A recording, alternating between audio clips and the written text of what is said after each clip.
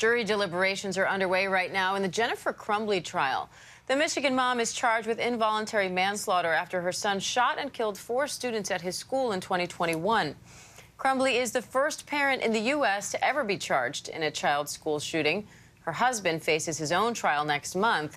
ABC's Trevor Ault joins me now from the courthouse in Pontiac, Michigan, along with ABC News legal contributor Brian Buckmeyer for more. Trevor, what's happened in court so far?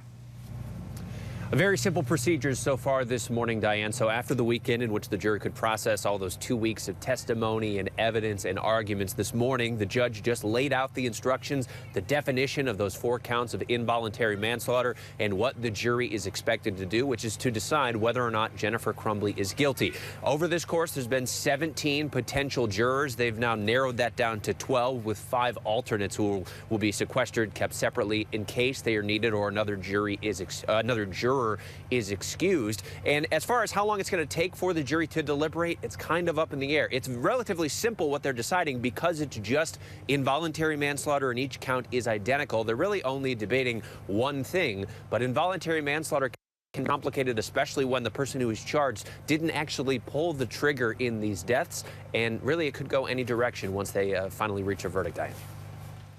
Brian, the jury had the weekend to process the past 2 weeks of testimony, including from Crumbley herself. Among other things, she said on the stand that she wished her son had killed her and her husband instead of these, colleagues at school. Do you think her testimony overall helped or hurt her case? It really depends on those 12 people. I can see it going either way. In some regards, just looking at the elements of the crime, I asked myself, was this ordinary care? In Michigan, parents have a duty to ensure that their children are not going to cause unreasonable harm to others. From that standpoint, it could be an easy decision. But on another part, the defense made a strong argument for what we call jury nullification, to come down on this case as not guilty, not just for Jennifer Crumbley, but for all hardworking mothers who may miss those signs. If that theory prevails, we could see this case going in a not guilty direction. Trevor, Jennifer Crumbley's husband, James, is also charged, and he's going to have his own trial next month. How has that impacted Jennifer's trial and how they've gone about making her defense? Yeah, we actually saw them kind of lean into that fact, which is that, number one, they weren't going to testify against each other, and then Jennifer Crumbley on the stand over the cross-examination and the direct examination said outright that while, yes, both she and her husband decided to buy this weapon as a gift for their child, she said it was his responsibility to keep it secured, and because he's not testifying in this trial, he couldn't take the stand and say that's not true. When it gets to the point of his trial, he may very well say, no, it wasn't my responsibility, it was Jennifer's responsibility.